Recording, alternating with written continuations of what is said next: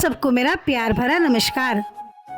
आज हम कार्तिक मास के 8वें अध्याय की कथा पढ़ेंगे। नारद जी बोले, हे राजन, अब मैं कार्तिक के व्रतों का संक्षेप में उद्यापन सुनाता हूँ।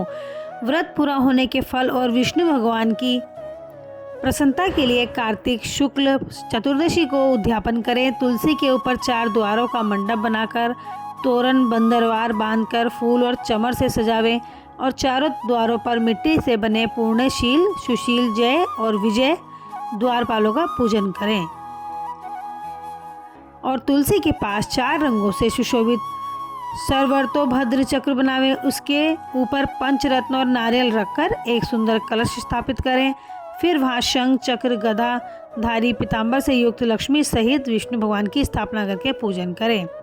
व्रती पुरुष मंडल में इंद्रादि को पूजें। द्वादशी को भगवान उठे, त्रयोदशी को देवताओं ने उनके दर्शन किए और चतुर्दशी को पूजन करें।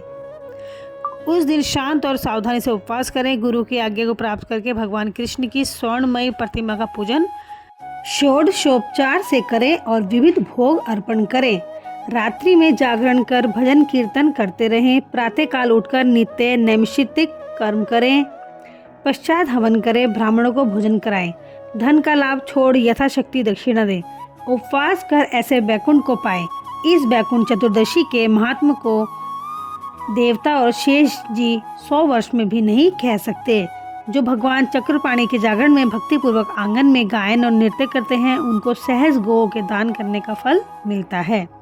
इसी दिन विष्णु भगवान मत्स्य रूप हुए थे, अतः उनको प्रसन्न करने के लिए इस तिथि में उन ब्राह्मणों को खीर आदि भोजन अन्न का भोजन कराएं तथा अतो देवा मंत्रों से तिल और खीर का हवन करें। तत्पश्चात यथाशक्ति दक्षिणा दें और नमस्कार करें, जिसके करने से अक्षय फल मिलता है। फिर विधि पूर्वक कपिला गौ का पूजन करें और उपदेश करने वाले गुरु को सपत्नीक वस्त्र आभूषण से सुसज्जित कर समापन करावें। प्रार्थना मंत्र से आपकी प्रसन्नता से मेरे 7 जन्म के पाप नष्ट हो जाएं और मेरे मनोरथ सफल होवें और मरणोपरांत मुझे विष्णु लोक की प्राप्ति हो, ऐसे उन ब्राह्मणों से समापन कराएं और प्रसन्न कर पूजा की सामग्री गौ समेत गुरु को निवेदन करें।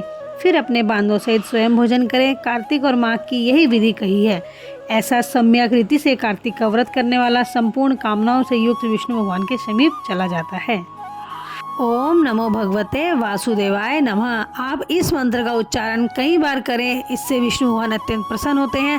कार्तिक मास में कुछ न कर सके तो आप नहा धोकर ब्रह्म मुहूर्त में बस एक दीप दान कर दें और तुलसी को जल चढ़ाएं। इसी से भगवान विष्णु प्रसन्न होंगे और आपको अच्छा सा आशीर्वाद देंगे।